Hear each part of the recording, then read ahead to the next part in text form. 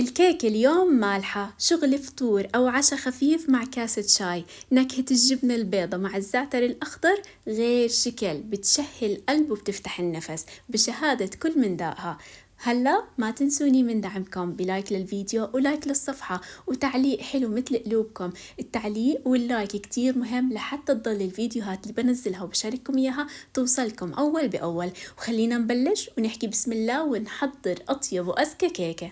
بصحن غميق رح أنزل 4 بيضات يكونوا عندي بدرجة حرارة الغرفة. حضيف عليهم معلقة صغيرة من الفانيلا بالإضافة إلى معلقة صغيرة من برش الليمون. حخفقهم على أعلى سرعة تقريبا من 3-4 دقايق لحتى يكثف عندي خليط البيض ويصير لونه فاتح.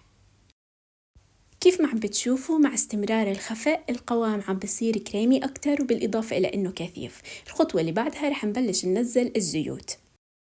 بالنسبة للزيوت أنا بخلط ما بين نص كوب من زيت الزيتون بالإضافة إلى نص كوب من الزيت النباتي. ببلش أنزل زيت الزيتون بالتدريج مثل الخيط أثناء الخفق، ومن بعدها بضيف نص كوب من الزيت النباتي أيضا أثناء الخفق وبالتدريج. فيكم تخلوا كامل الكمية زيت زيتون حسب كيف ما بتفضلوا وكيف ما بتحبوا.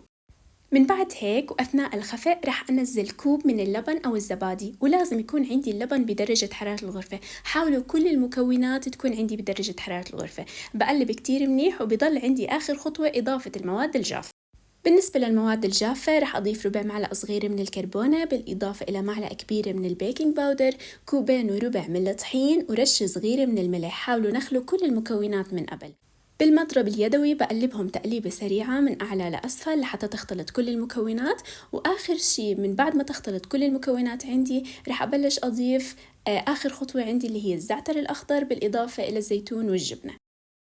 آخر خطوة عندي رح أبلش أضيف معلقة كبيرة من حبة البركة أو الإزحة بالإضافة إلى كوب من الزعتر الأخضر. والزعتر الأخضر أنا فرمته فرمة خشنة شوي من بعد ما غسلته ونشفته كتير منيح، ما بدنا أي سوائل. بالإضافة إلى كوب من الجبنة البيضة، والجبنة حسب النكهة اللي أنتوا بتحبوها أيضا لازم تكون عندنا شوي ناشفة. وبالإضافة إلى نص كوب من الزيتون الأسود. قلبتهم مع بعض كتير منيح ومباشر رح أبلش أنزلهم بالقالب.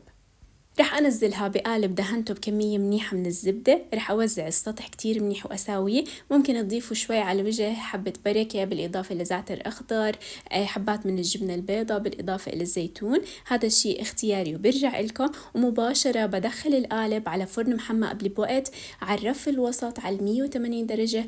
رح تاخد تقريبا 45 دقيقة، لكن قبل ما نطلعها من الفرن لازم نتأكد إنه الكيكة مستوية وناشفة من الكامل ومن جوا. لهيك بعود خشبي بنغرسه بمنتصف الكيكة. إذا طلعت عندي ناشف هيك بتكون الكيكة استوت. بطلعها وهيك كيكتنا بتكون صارت جاهزة.